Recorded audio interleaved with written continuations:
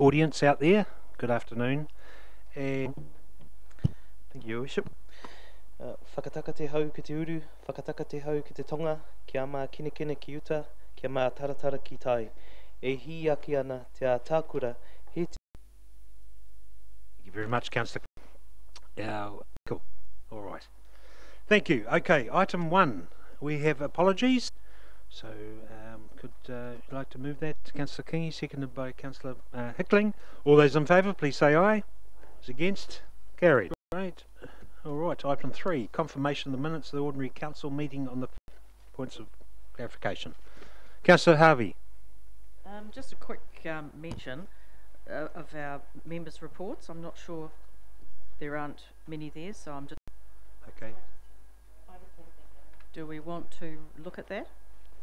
Well, we all committed to do members' reading, but... Not sure, but there are some there sometimes, and not okay. Every meeting, but things that you go to, you know, on council business where you're joining with the community, etc. Okay, cool. Thanks, Councillor Harvey. I think Councillor's nodding, and I'm sure they will take heed of your suggestion there. Thank you. Any other points of clarification?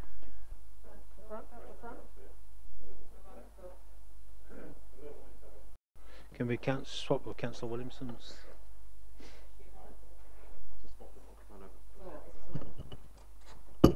Oh, it's on now. Mr. Lewis is in the room. I went into our last meeting. I just need clarification on the road markings one, Mr. Lewis. It means that the signage on the roads that say give way have to be painted as part of the contract. Would that be correct? Thank you. On page 9 of the agenda, it talks about the assessment on high-risk trees in the district. When would that be available? It's to do with the kinloch tree removal. External arborists have recently been contracted to do an assessment of high-risk trees in the district. So that's happening or happened, and it's a continual process. I wasn't planning on providing you a report with those trees, and that's an operational matter. I've raised the question of dangerous trees in the district, and this is specific in regards of an assessment of high-risk trees. I'd like to know where they are. What makes a tree a high-risk tree? To cause injury or death should something happen, similar to or a higher risk. So if a tree comes to be removed, right? So that's an ongoing process. The arborists I know have taken out a large number of trees, but they've also undertaken a large amount of work, and there's more of that to come, which is scheduled. So it's an ongoing where we're at. But if you've got any specific trees of concern, then let me know, and I can certainly get those assessed. One's by countdown. So that they were on the assessment, so they have been undertaken. Yeah, thank you. All right. Any other points? Okay, could I have a mover for those minutes? The ordinary Turangi Reserves Management Plan Committee meeting on the 8th of February. Any points of clarification on those minutes? That being the case, could I have a mover, please, for that? Moved by Councillor Hickling, seconded by Councillor Kingy. All those in favour, please say aye. Those against? Carried. 4.2, ordinary Turangi Tongariro Community Board meeting on the 13th of February. Moved by Councillor Kingy, seconded by Councillor Stewart. All those in favour, please say aye. Those against? Carried. 5.1, tender contract, Painoa Road drop structure. We have Mr. Brent Aitken and Mr. Dennis Lewis. Good afternoon, gentlemen. Good afternoon, David. The Painoa Road drop structure tender has been out to tender, and we've received one tenderer for that contract. Luckily, the tender price that's come in is on the engineer's estimate for the works. I think we've got a lack of and full of work, so reluctant to tender for too many jobs, unfortunately. But this job, as identified in a number of pictures on which are attached to this item, is to fix a considerable hole which is on land next to a house. it actually poses a significant health and safety risk to the residents at the end of Painoa Road. So we'd like to be able to try and get that constructed as soon as possible. Any questions of just a point of clarification? Painoa Road's a public road, Correct. so the public can go down there, Yes. turn around, come home again. Yes. Yep. Okay. Cool. All right. Questions? Chairman, Councillor Body. Yes, I do. I made contact with one of the persons on the boundary of that block of land that had a rush of water and some tomos appeared on the property. They eventually got funded by, was it earthquake? What do you call it, earthquake? Who looks after earthquakes and adverse flood events? Has that been looked at as an alternative for funding? Not at this stage, no. Well, there I would suggest that this be put in abeyance until we do so, because I'm interested in who eventually was responsible for the runoff in regards of the development at the top of Jarden Mile and other areas that may have adversely affected the flow of that water down that particular watercourse, and what was our responsibility in regards of the funding to get it across Acacia Bay Road. Where does the liability lie? Councillor Park. Yes, thank you. Under the significance of the decisional proposal, it is in the opinion that the consideration is of low importance. It also states, as I already knew, that the CEO's funding delegation is 250,000. Is this with council because it is unbudgeted expenditure or a different reason? No, unbudgeted expenditure. Right. Okay, Yep. thank you. Any other questions? So- Your Worship, Yes, Councillor Clement. I just need some clarification from Councillor Body's comments. Yes. I'm not aware that the Brentwood subdivision interferes with Pārnui Road. Painoa. Yeah. Can you clarify that for me? I thought that the Brentwood subdivision was separate south. to So the area of Scott Drive, all those areas, yes. what happened in the past was the regional council granted consent for the catchments above Painoa Road to be combined. Those Okay. combined catchments as part of a resource consent for stormwater for that subdivision. So the impact of those stormwater now comes down onto Painoa Road. We have been working tirelessly with the regional council and landowners and developers to try and reach an agreement to try and divert some of the catchment flow across other property, but we really need to work with the developer when he's prepared to develop that land. We've put some money in the long-term plan to try and enable that to happen, but we are waiting on that developer to try and make a move. He's aware, obviously, that some of the water coming down that gully water coming down that gully does impinge on the Painoa Road. So there's been some discussions on that, but as a result of that subdivision and the consent, two catchments have been combined into one. Now, I don't think the regional council would do that again in the future, potentially. So, do you anticipate that the Brentwood subdivision and the earthworks that are taking place at present are the cause of the washout? No, I think we've got to understand there's 500 hectares above that current subdivision. I think if we look at the numbers, very small percentage of runoff from the actual subdivision. Because it's contained in ponds. Yes, it's contained in the ponds, but it only makes up a very small percentage of the overall catchment. So yes, it comes down the road, but actually the whole catchment actually goes from, if we think about it, from the lake edge right up to the top of Broaden's Road. Poepi Road.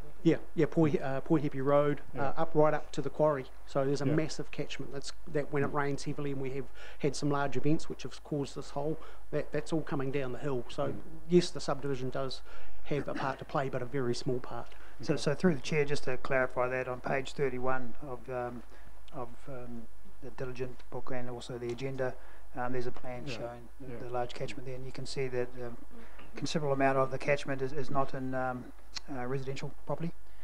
So Brent's is all correct there. There is some relief available to the amount of stormwater that comes through there once the land on the lakeside of Acacia Bay Road is developed. We've been waiting for that. We've had discussions with our development engineers, and that is coming, but no one can put it. You know, that could be in the immediate term to the medium term. These individuals in their property need relief pretty much before we get into those big thunderstorm periods. Councillor Park? Yes, without, I'm just trying to think how to tactfully put this. With the property that's in danger, is that a property that has been built with the appropriate consent? Jim, my real issue was in blah, blah, blah. So to me, we should be looking at some sort of funding of that side of the road, but we don't know when. Just an answer to that, through you, Your Worship. The events that have been coming down that road while unseen have become more and more frequent, and this won't be the first time that we've tried to fix this problem. We've had fixes that haven't obviously worked, but we were of the opinion that we were going to be able to divert water earlier than we have.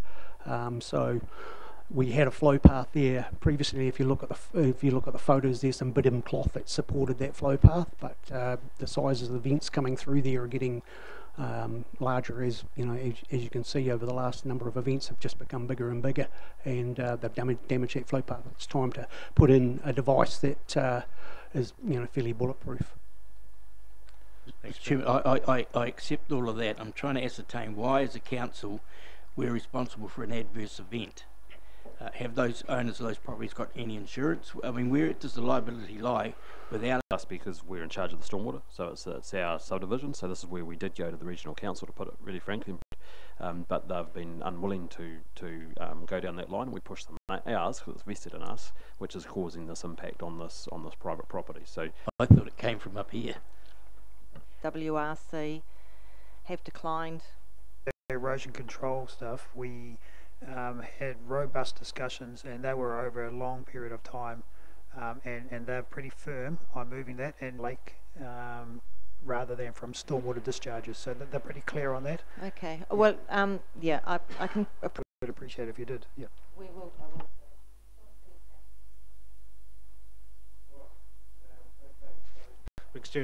External funding on this. So, as engineers, Gareth identified that we hold the discharge consents for stormwater throughout the district, so the actual issue actually lies with us as the consent holder.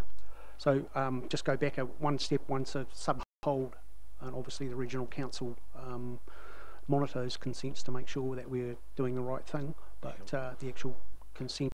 Okay. All right. Any other questions, councillors? Councillor Stewart?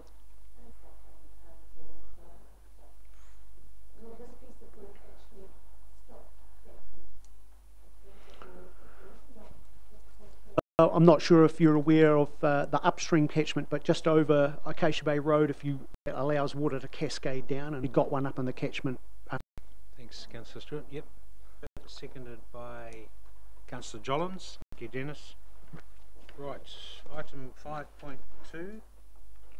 Thanks very much, and we have Gareth and Fraser here to...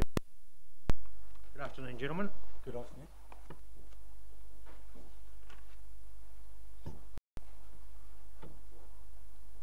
Afternoon, councillors. Excuse me. This paper is presented for the Otamahiki Cultural and Ecological Enhancement Project. It is located at the north end of Spa Park, a result of the huge increase in visitor numbers. Excuse me. 500 a day. We've worked closely with the key stakeholders, the 4 landowners. Alongside that, we've worked closely with the visitors, consultants, engineering and visitor experience consultants. Extending the scope, it allowed TDC to apply for $5,000 from EW. During the detailed design phase, there were a number of additional items required. Increases were the increased toilet scope. This had flow-on effect. Were more expansive to fully address change, and we wanted to do it once, do it right. There's been some road slumping on the access road which needs to be addressed to facilitate access to the site. Approach the difficulty everyone has had with pricing. Removing any items will have a detrimental impact on the effectiveness of the remaining items. This project provides TDC with a real opportunity to showcase our unique cultural and ecological features, but also... Thanks, Fraser. Thank you. All right. Any questions of Fraser and Gareth? Why does this 330 a year before it is fully complete? So can that 334? We haven't catered that for the LTP, so we made no budget requirements for that. Councillor Hickling. Thank you, Your Worship. Fraser, you just commented on the possibility of some elements. I think it is just a little bit over the top to what I thought we was doing. Can you give us a little bit of comfort in terms of perhaps... Really reluctant, as I say. I think the features all work together so well. Yeah. We take one out, it has a greater effect than just taking out. I don't think so, no. Well, another question, Gareth, you on council, because if we don't complete all the capital works programs, there's usually money left over. Can some of it be transferred, or is there a possibility, please? We've got a range of unbudgeted items in today's agenda that would have actually a rating impact. So some of it's we're ahead of plan so far. We've got quite a complicated financial beast being council. Us accountants struggle with it all over the times. I feel sorry for you having to what it look like. We don't know what the financial impact will be. About a development has been part of about a third of it from DCs. To page 40 or reduced. Now that's certainly not our recommendation, and that's where Fraser's saying that he's hesitant to go down that path. But to be fair, there is give you, without it being a shopping list, some options that I use the word compromising quite deliberately, and that's the best that we could do in terms of identifying out some of those things that you could make choices over. But it has to be a decision point for you, because it does reduce the impact of that project. Unbudgeted expenditure items on this agenda, and I'm just not quite sure why there wasn't some foresight driven in this way, but I'm happy to move the resolution. When councils increased the scope, it went out for tender. That was during that process of the long-term plan, so we didn't know what the dollars were going to come back in. So at that point we were dealing with the estimates at that time based on the scope that we had at that time. That's clearly changed, and so therefore the cost has changed. Other amounts for other things in the draft. So there's 3 unbudgeted items, which Gareth just covered that all.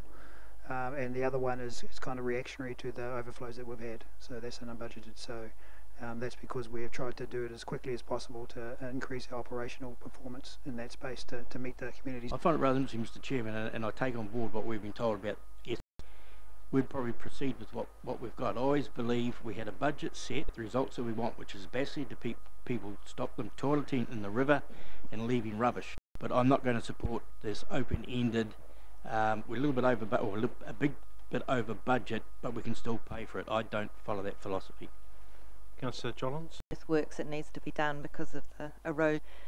Are there any surety there that this isn't going to be an ongoing problem?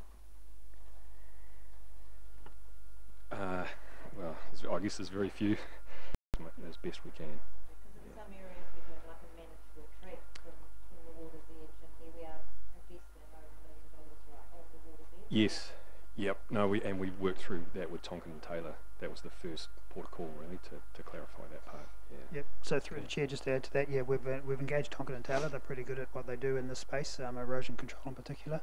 But there's always a risk with erosion control protection. This one's kind of a little bit mitigated with the control gauge bridge and the amount of water that does come down the river. So it's a lot less a diverse area for erosion than other areas. Very good. Yeah, Councillor Hickling. Well, just in fairness to the staff, I think we did make the decision to increase this development. So, at this late stage, I'm prepared to second the resolution, Your Worship, and congratulate the staff on a really good design. I think the trouble is that if we try and, as you say, if we try and diminish some of the features in there, we take away the good outcome that we could get at the end of the day. So, cool. Yeah, I think we've got to go with the design and keep our fingers crossed that it all works. And yeah. Thanks, Councillor Hickling. And Councillor Park, and I'll endorse those. There's just as many visitors down there as Hooker Falls. Birasada, probably not. I'm probably exaggerating a bit there, but you just see the hordes of international tourists going up Spa Road, just walking to there. Unfortunately, they're not going to the AC bars, but they're going to there for a complimentary swim. But there are a lot of locals that value that area so highly too. So thank you, Fraser and Gareth, for your work, and the plans look fantastic, and I think it's well worth it. All right, been moved by Councillor Park, seconded by Councillor Hickling. All those in favour, please say aye. Aye. Against, carried. 5.3. Wastewater network increased maintenance, overflow reduction, page 53. So we'll get Michael to talk to this one. Unfortunately, Michael's the third in a row of unbudgeted expenditure. Unlucky last. Lucky last. Michael's going to just talk a little bit to the paper, but he's also got 3 slides which is showing some of the work that we have done. Well, we started the SL RAT, so the assessment of our manholes this week and a half, and he's got some slides to just talk about what we're actually finding there as well. Good afternoon, Your Worship and councillors. So this paper is seeking $395,000 of unbudgeted expenditure to kick off a intensive sewer cleaning and inspection program. We do some sewer cleaning in the district already, about $100,000, and we tend to bounce from trouble spot to trouble spot, but never quite getting on top of the problem. And in the draft long-term plan, the consultation document, there's some funding for continued expenditure going forward. But so this budget is to get work underway now, continue the work that's already underway, and so that involves a lot of sewer inspection, and we're targeting areas in Taupo and Acacia Bay that have the potential to spill to the lake. And so Dennis has just popped up these slides here, and so we're good. Just one. So anyway, this is you jump back to the first one, Dennis. One of the new technologies we're starting to use is a device called an SLRAT, which stands for Sewer Line Rapid Assessment Tool, and you can basically put a sound wave down a pipe and look to see how fouled it is. And so you can see on this is a picture of one which has got some fouling, but it's working, and it's not too bad. That's got an SLRAT score of 7. What street's that? It says at the top, go back there. Back of Richmond there. I'm starting to feel queasy after lunch. Yeah, fast forward them, right? This is data with stuff we've collected in the last week or two, so this is fresh. So this is one we'll place at Richmond Ave. So this device has given us a score of 6. So what the device does is we put a sound wave down the pipe, and then you collect that wave at the end of the pipe, and you can see how fouled it is. And then rather than just blasting in and cleaning at the moment, because we're just kicking off, we're starting to camera these to get a feel of what does a score of 5, 6, 7 mean, where do we start cleaning. So you can see this is fat build up on the top of the pipe and in the bottom. So the score of the device has come down to a 6, and the next one is a bit more impressive. So that's the 2 fat lines coming together. So that's really that's a blockage waiting to happen. If we don't clean that, that could overflow tomorrow. Something comes down the pipe, gets jammed, a wet wipe. So this is one we've tool to try and help refine our cleaning, but we are finding things already. And so this is really to bring down that number of overflows that are causing concern and get that project a real kickstart now. All right, thanks, so Mike. Your Worship, I suppose that's what your arteries look like if you smoke.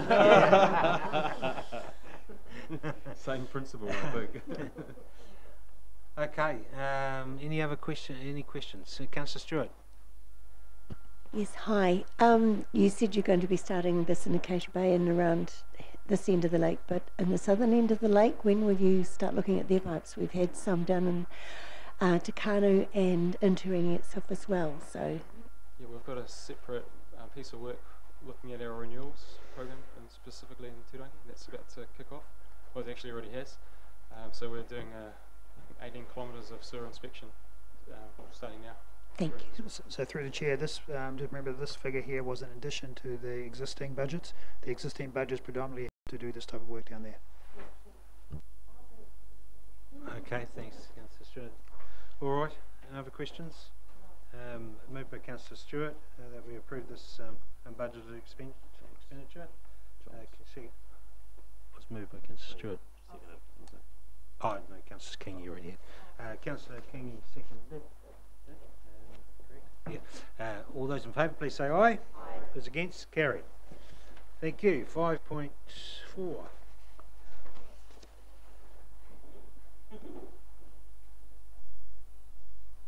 Draft waste management minimisation plan. Brent. Good afternoon, Brent. Good afternoon. I promise not to show you any photos of fatty pipes. I'm just going to go off a little bit off piece, and one of the things that we've been lobbying for government. This actual plastic container here is a recyclable one. When it goes through the processing line, it's the ultraviolet light can't actually determine what the product is. So instead of that being worth $200 to $400 a tonne, it's worth nothing. So, you know, I'd like us all to be able to push back to government. Eugenie Sage is the one that we can ask for product stewardship for, because the producers are making money, but they're passing the cost to us. So is that because of the RAP? That's because of the RAP. Yeah.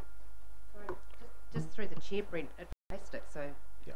Anchor is someone we should push back on as well, I think. Well, just from a product stewardship perspective, I'm sorry I'm going off piece there, Gareth, but Auckland Council did a product stewardship research paper independently, $28 million it will save local government to go to product stewardship for containers. So that's where I'd like us to be in the future. Sorry about that. To get on with the waste minimisation plan, we had a workshop a couple of months ago and went through our options table to include into our draft waste minimisation plan to go out for consultation. Those items in that options table are now included into the draft waste minimisation plan now for you to accept to go. Or to tweak if you feel you need to.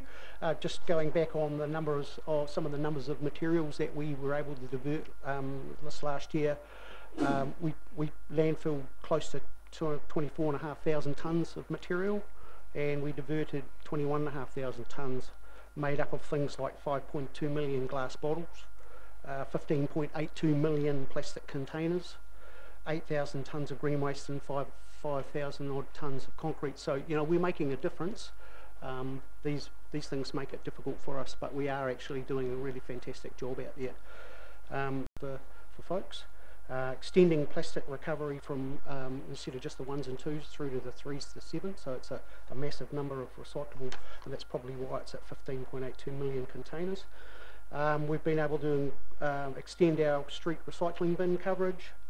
We've been able to subsidise home composting, and I think we're over 900 households are now home composting since the start of the program.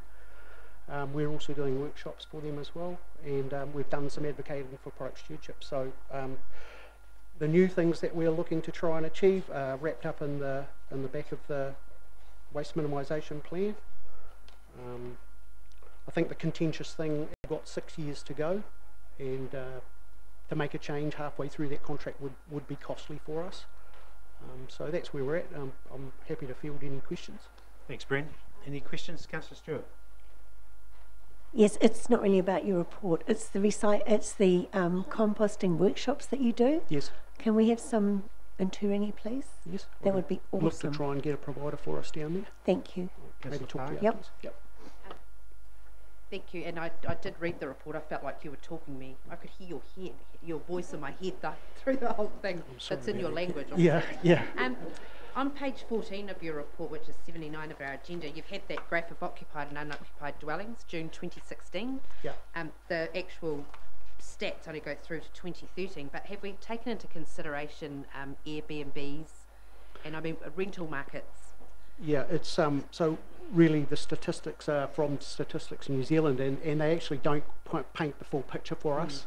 I'm sure our actual recovery and disposal rates are actually better than what it says here, but it doesn't, and that's part of the problem with the waste levy that the government also give us. It's actually population based. So once Statistics New Zealand have done their census, that's the number we're working with, not working with Airbnb or the massive amount of people we get coming through in the summer months. Just one other one was on page 20 of the report, or 85 of the agenda, when it talks about the emissions trading scheme, and they're going to increase by quite a lot, from $4 to $19. Yep. Do we take all that into consideration when we did our fees and charges? Yes. Oh, we did. Okay. Yep. We've allowed for the initial numbers now. I think we need to do some little bit more work just to see on where it's going to go to. They are going to reduce. We have actually got a 2-for-1 deal at the moment. That may be coming off, so we need to maybe tweak that long term, but I'm sure the government are going to put more pressure on that number to go higher. Cool, thank you. Councillor Hickling. Yeah, Brent, I know this is a draft and it's gone out for consultation. Yes. But with the development out at Kinloch, yes, I see that the hours of the transfer station are still staying the same, which is 11:30 till 1 yes, through the week. Have you had any comments about? I've actually had a discussion with the Kinloch Community Group, and they, prior to Christmas, said that they were going to do a survey for us. And I think we should be flexible to hear that survey result from the locals. One of the in that long-term plan, you will see there's some money budgeted to do some build some capacity in the refuse transfer station, because in the summer months it is getting impacted by high numbers. So I can imagine that having a tweak of the operating hours probably wouldn't cost a hell of a lot by opening it an hour earlier or changing the hours by a small number. Okay, thank you. Thank you, Councillor Hickling. Thank you, Brent. All right, any other questions, Councillor Boddy? Thank you, Brent, and thank you for your quick reaction when I had a couple of problems with pickups of rubbish. No problem. Really appreciated that. Yeah, no problem. In your report, you mentioned about the green.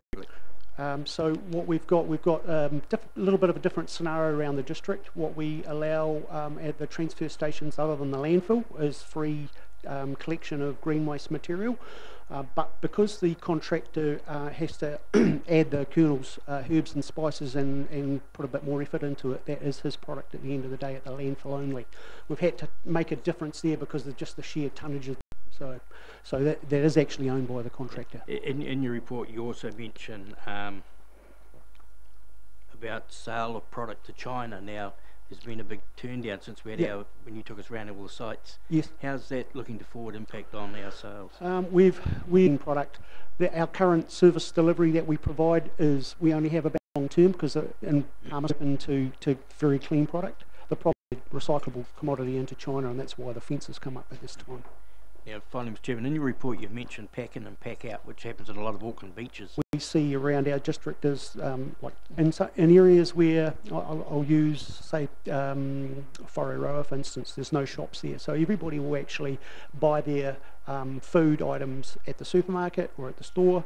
We're vastly different here in Taupo, where a lot of people are actually purchasing food and actually eating it out of that area. So elsewhere. Very good. Thank you, Brent. All right, suggested recommendation there. Adopts the statement of proposal for the draft waste management minimisation plan for consultation. Thank you. Thank you, Brent. 5.5, submission to the Māori Affairs Select Committee on the Ngāti Te Wharetoa Claims Settlement Bill. Good afternoon, councillors. And any questions of Nick on this? No, all straightforward. Could I suggest a recommendation there? Could I have a mover, please? Moved by Councillor 6. Council's January Performance Report. 181. Good afternoon, Mr. CEO. Thank you, Your Worship. Real meeting of the year. So, just noting there that we've had a very good summer in the district. The amount of people and therefore money through the tills has been quite outstanding. The feedback that we're getting from retailers is that it was a very good summer through that as well, in terms of a very limited number of issues. The police tell me that it was a very low-key summer for them, with very few concerns, particularly around that New Year's period. So that was useful. However, so hopefully we will see a significant difference to that going forward. And the other one that I note there is the continuing challenges that we've had in the maintain a level of service that the district is used to. That's an area that as a management team we're certainly working on and have some plans in place to be able to deal with that on an ongoing basis. Lastly, obviously, detail. A question, more of just a statement. I'd just like, I'm sure on behalf of the councillors around the table, thank Gareth and the team for the way they led and responded to the toxic algal bloom issue. It was just absolutely fantastic, and I just don't think it could have been the way you led and got us through that with WRC and the public health people was outstanding. So thank you. Very good. Okay. Monthly Your Worship. Treasury report. Yeah. What Councillor Park just said is a good lead into what I was thinking, that there are so many positives occurring through council, and we seem to talk about the negatives first and the positives second. And when I go through the financials here, it just reflects just so many positives that exist within council. So if we start with the Treasury Management Report, we tend to sound like a bit of a stuck gramophone record as far as our investment performance, outperforming budget, our debt under control, the performance of the general fund as well as the performance of the TL fund, giving returns that are substantially greater than the normal deposit rates that are available in the market. If we look at the financial performance of council as a whole, and this is the first forecast we've actually done for the year, we can see that the apart from some of those subsidy areas where you've got Ministry of Health subsidy coming through for Waitanui and subsidies for erosion and sundry grants and other items, the fact is that the level of activity in the regulatory area, in the water recoveries, in the venues, right across is substantially greater than what we've budgeted. Yet we're still doing it with personnel costs in line with budget. Now, there's a lot of pressure on staff. They're performing. What shows through when we look at the full year budget versus the full year forecast, and the full year forecast is now looking at being about 6 million greater than what the original budget is. We do a budget in about October of the year before. It's a moving beast. With the amount of development and growth that's occurring in Taupo, we're starting to see a lot of that activity come through. Don't know how long it's going to last, but it just shows you the difference between that forecast and the surplus, albeit that we have not included any of the unbudgeted expenditure that you've approved today, because until you've approved it, we're not including it in the financials. But it just shows you how dynamic and complicated this business really is to capture through financial reporting. Right, thanks, Alan. Any questions of Alan? Councillor Park? Sorry, just one, and excuse my ignorance. On page 187 with the counterpart credit exposure, the line underneath that with policy compliance with the cross about we're currently over 20 million, BNZ May, June, anticipate being back within policy in a couple of months.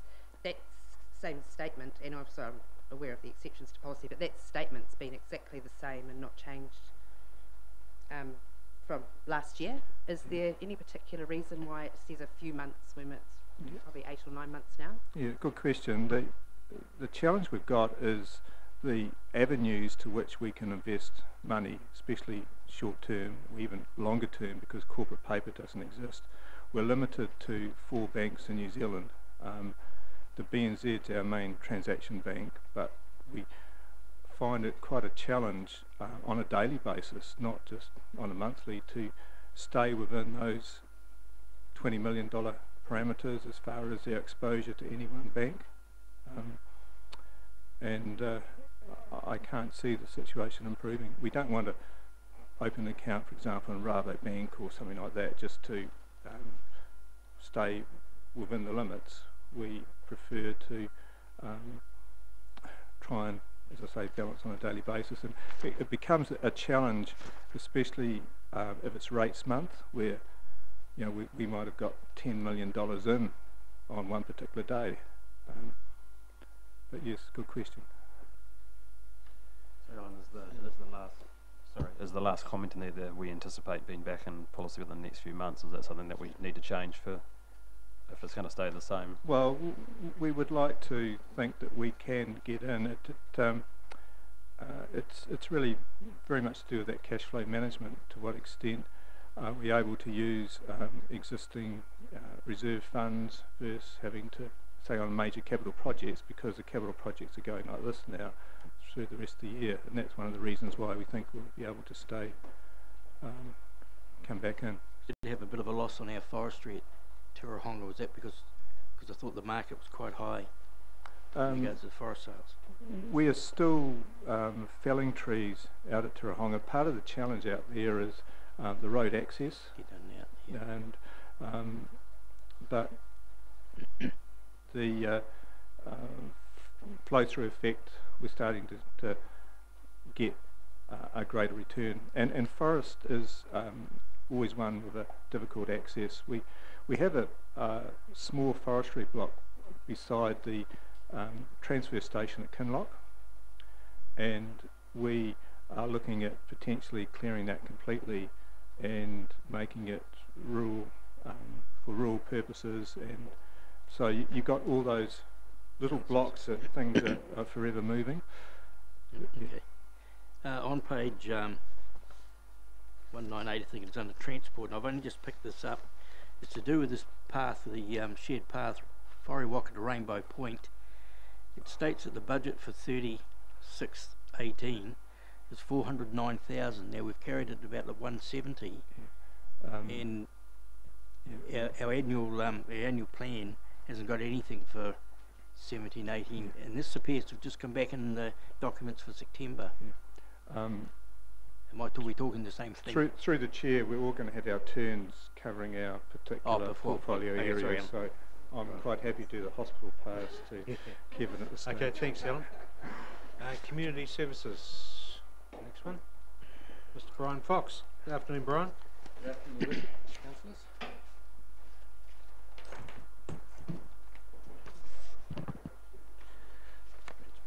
A couple of things in this space, Your Worship, and Community Services.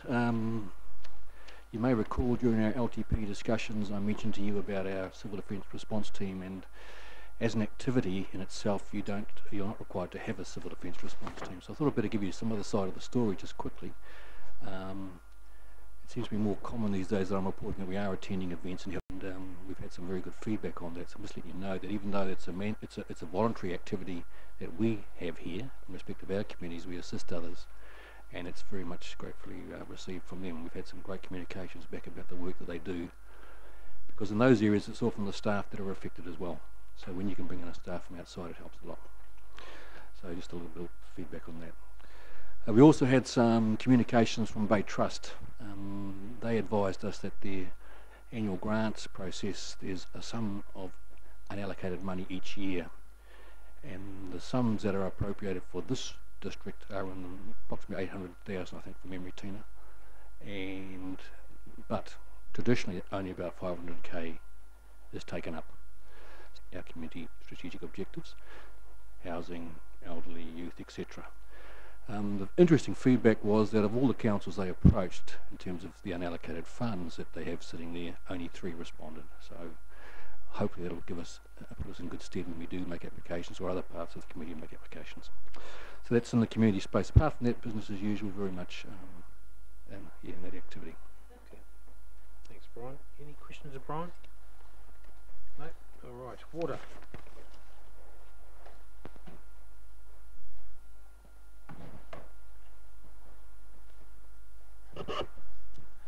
Right, so on the water one, which is page 193, you'll see now that we've forecast shows that the renewals are basically on track. It was, pretty much end of January report behind because of just we let a lot of tenders in that early part of the year. So the tenders that are already been committed but not showing in these figures, Motuapa Reservoir in March, you guys approved that last council meeting.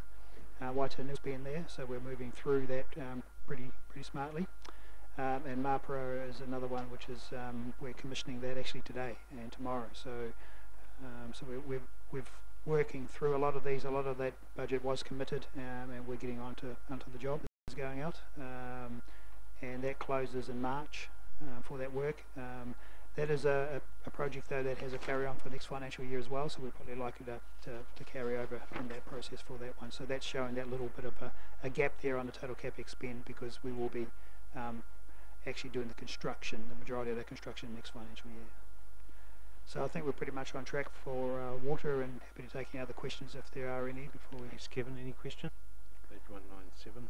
Yep, so the transport one there is LED lighting procurement, which is about 2.5 months. Assessing that. We've had difficulty with some of the tenders that we've received. We're just working our way through that and doing due diligence there. So we're ready to roll on probably $3.5 million. Footpath at Hoka Falls is nearing completion as well.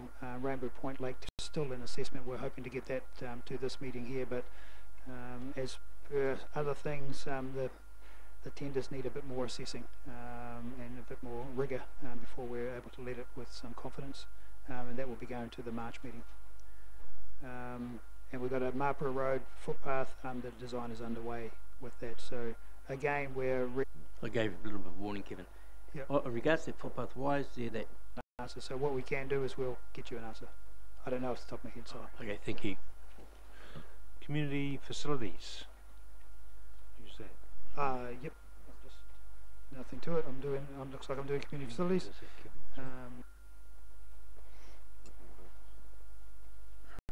No. Okay. So yeah, feel free to come up, John. The majority of the main building is the largest reason for the difference there, and maintenance of the building and the renewals part in particular. I guess in terms of services we provide over Christmas, but the incomes, particularly in the pools, Turangi was way up, heaving depending on the weather out there. So you'll see the incomes significantly higher than budget, kept within our budgets there. I guess there was a red light around the Turangi playground. We're getting some traction now around the reserve management plan process. Just through the chair, I'd even K, not $111 I'm thinking, and grand. Is that because of in the way they are procured now, as opposed to... You may, yeah.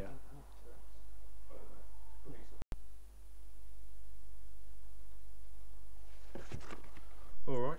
So we have got a fleet manager that we've employed relatively recently to help us with our... Right, Dunedin. Okay. All right. What have we got? Wastewater. Yeah, so the wastewater one. In our renewals in particular, we're doing a lot of work at Mangakino. We've got a $1.5 million job starting up in April there. That won't finish until October. It's quite a long year. Capital awarded contracts, so Pukawa's awarded to Downers. There's $250,000 fluent tank and Whakamotu wastewater treatment plant upgrade there. So all of that, don't want to give you the estimates because it is public information. Finalised at the moment, and that includes the Waitanui wastewater treatment plant demolition. So all of those there mean that we're on track, but to be fair, the wastewater one is the one that we are probably struggling to get through all of the capital works relative to the others in the infrastructure area, but that's something that we're working on. And it is something that we've got teams also working on the increased maintenance that we're doing with $395,000. And thanks, Kim. Councillor Stewart. Sorry, Kevin. It says that for the Pukawa one that the work is expected to start in early March. Is that happening or not happening? Because it's got a red blob. And stormwater, I'm happy to take those as red because really they're on track. There's a lot of greens there. Happy to take any questions. Councillor Body? Just in regards to Habitat for Humanity taking that shop. So what was the question? Sorry, Councillor Sorry, Body? Habitat for Humanity are interested in running the reuse shop at the landfill, and if Mr. Fox might be able to help. There was a press release. So no, it wasn't shut down. What happened was that they stopped taking particular parts of waste, so it was whiteware, etc., that they were struggling to move around. So the rest of the shop is still operating. The Humanity, in terms of them running that part of the facility, we've replied back to them customers essentially. So will the contractor still be running that? Except to Habitat for Humanity. And they're covered by all the health and safety blah blahs? Correct. Thank you. Democracy. Brian, good afternoon. Good afternoon, Your Worship. I'll take this item as read. Really the big piece of work coming up for you, and I think it's this week actually, we've got the workshop on the representation review, so that's a significant piece of work for you. Quickly, it's interesting to see that we've had some success in brackets to do with freedom camping, and could I congratulate the CEO on his letter that he sent to that particular lady that was picked on the waterfront. It was well handled. All that we now need to do is sort the dogs and cats out. Thank you, Mr. Fox. It's another good news story. Data that came through. So just a real snapshot just to reinforce some of the things Gareth was talking about, the GDP being above national and regional measures significantly. Reinforcing Alan's comment, residential consents up 15% and commercial up 27% coming up this weekend. Another big weekend for the team.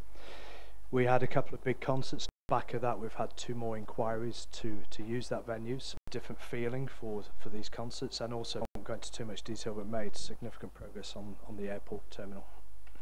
So, any question? For a while, what is the regional strengthening? That's okay. Yep. Just got a flash name. So through the chair, sorry, I've just we've got a bit of information for the footpath. The difference in the dollar value is because it's funded by Bowwave, and Mr. Lewis has got a spreadsheet open if Mr. Body wants to have a look at that at some time to satisfy his curiosity. Thanks. It's funded. But we've consistently only been shown the 170. I take on board what the explanation. Thanks, everyone, and thank you. Yeah, and just endorse the previous comments. Thank you, Mr. CEO, for guiding us through. A bit disappointing, but apart from that, our infrastructure's held up pretty well. For the catering for the the visitor to you, if you could pass on to your fellow team down the ladder a bit to say our appreciation. And as you say, those lawns got away a bit on us before Christmas, but I think they're slowly sure how many students we've had here. 20? We take 20 on. Recommendation there that we receive the information. Thank you. I have a move. Thanks, Councillor Hickling, seconded by Councillor Kingy. All those in favour, please say aye. Aye. Those against, carried. Item number 5.8. Oh, 5.7, sorry. I'm jumping the gun. Conference. Council engagements and conference. Just one more to add on there, and that's for the couple of workshops popped in. We haven't got the dates yet, so we'll let you know when that might be. That's one for Kinloch again, and also the workshop on the RMA and the developments. Cool. All right. Thanks, Tina. Councillor Park.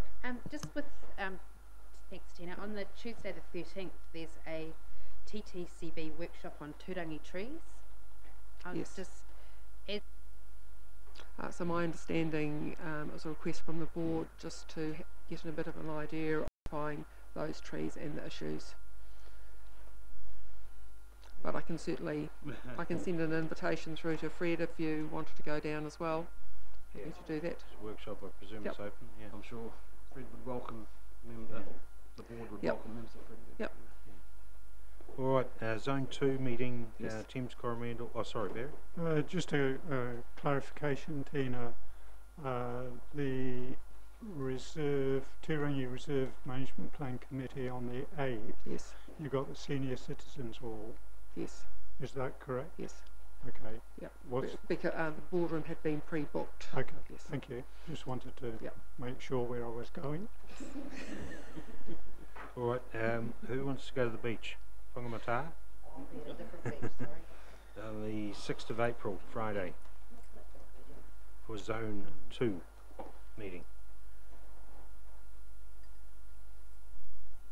No takers? Christine? Dust off your bathing costume and away you go? No? Thank you very much. Rosie? Oh dear. Possibly? Okay, can we We can pop it in. retrospective there? Well, we can pop it in, and then if councillor doesn't go, then it doesn't matter. Yep. Okay. Cool. All right. Recommendation there. 1 and 2. Could I have a mover, please?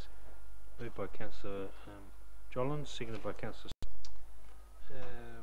As Rosie said, I think we might have been a bit slack over the last couple of months on these reports, but the general thrust of them was that we've got our diaries anyway, so it's just a matter of just printing them out and. Roseanne, sorry. Sorry. Meeting that was held a couple of weeks ago. The guys are currently putting the minutes together, and I've got the draft ones here, but it was a very long meeting. It took about 4 hours to give you a bit of an update. From my perspective, and I'm sure Barry and Christine would comment as well, it was a really, really good meeting.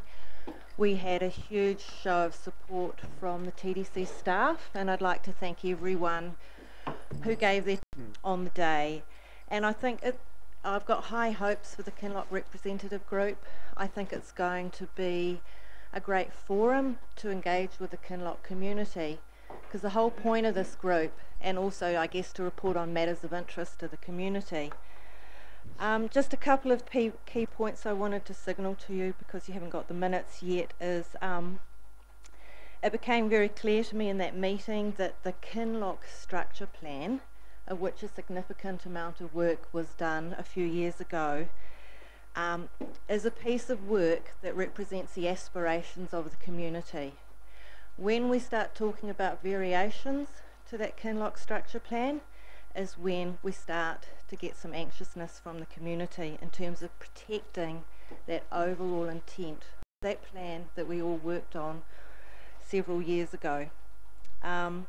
There is some concern around some of the variations and some of the consent, some of the proposed developments that are coming up, which have yet to come to council for consent.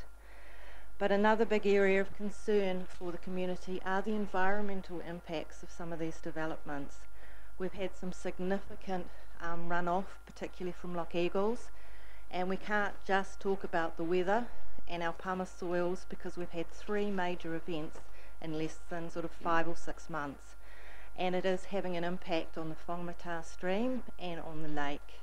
And I know that there are controls and design controls in place, but we are still getting spills from those sites, and when they enter the lake, they're not controlled in my book. So the community is very much saying to us, we need to take a stronger stance with those developers when there are those sorts of breaches and runoff, and we need to take a stronger stance with WRC taking some measures on that. There is a recommendation that was put forward at the council meeting, which you'll see in the minutes, and I just wanted to read it to you because we will be meeting again before our next council meeting. But the recommendation that was put forward was that this committee recommends to council that any future changes to resource consents, like that of Loch Eagles, must be first considered by this committee, but only agreed to if they are in line with the conditions of the future development in the Kinloch Community Structure Plan. So that talks to that major point that I raised at the beginning. And the committee has asked council to adopt a policy of all future subdivisions of any scale, including the proposed larches in Seven Oaks, to be fully notified resource consent applications, and to provide ample time for parties to submit either in favour or against. Now, what we agreed at the meeting was that we would take some, we would provide some information to the next meeting about the legality of all of this. So we are meeting again, I think it's the 22nd of March, to have this discussion. I think what we need to focus, there is a way forward through this, and I think it's about working with the community, with the developers and with council to make sure that we're delivering on the aspirations of the community and keep referencing back to that Kinloch structure plan. So that's where we're at the moment. Because we got such a great turnout, we decided to have an evening meeting so that more people could come. And so that will be, yeah, as I said, the 22nd, and we're going to do another workshop because we were going to meet every couple of months, but we've got so much to discuss. We set another meeting for next month. So, is there anything else you two would like to add? Well, just to say, to reiterate, that they're a passionate and strong community. They're not going to do what they want in their community. And I don't think I've ever seen such an active community in any of the time I've been in local government. The meeting was packed. It was I have to say Roseanne chaired it very well because members of the public were moving and seconding things. It was very interesting, but it did bring to the forefront in my mind the fact that we don't understand the conditions that sit around subdivisions, and I think for the whole of our district, we need to be involved in that before. But it's been a real learning. The law does take us down a particular path, whether our staff want it to happen or not. But we've got to be very mindful of what that community wants, and if every community would. Just to add to that, like Bike Taupo met the other day and the Kinloch issues did come up, and from their point of view it's about the advocacy of safe roads for the mixed users, and from the traffic count data that they have received, the numbers are definitely up. They're almost double on what they were sort of 5-6 years ago, but also their concerns are around traffic in Kinloch, and with the added growth and more vehicles on the roads, that's where they would like some concentration as well. Have a RMA 101 workshop with you fairly shortly, and that a lot of the stuff is related back to that Resource Management Act and what you can and can't do. So I think it'd be worthwhile for us to give you some education around that, and as part of that I'm planning on bringing in the likes of Alan Vane, who does the teaching of the training of this when you go and get your accreditation. Whilst we appreciate the community on one side with their views, often the Act doesn't provide the ability for us to do that. So there's an inherent tension there that you need to understand as well. Yes, Your Worship. I'd like to get to within that month because this full council until the March meeting, which we're going to have another type in and things like that, but table of the full council, so that there's meetings, Your Worship. Just this is the council meeting and the ability for the staff to be able to prepare those minutes. In terms of that recommendation, I do note that what wasn't a recommendation, I think the chairperson didn't actually allow it to be put as a recommendation in the end because there's that discussion around the ultra vires nature of it, and that legally we can't do it. So it was a discussion point which I think you're going to discuss again at the next meeting. So we do our best to try and get the turnaround as fast as possible. Moved by Councillor Harvey, seconded by Councillor Rankin. All those in favour, please say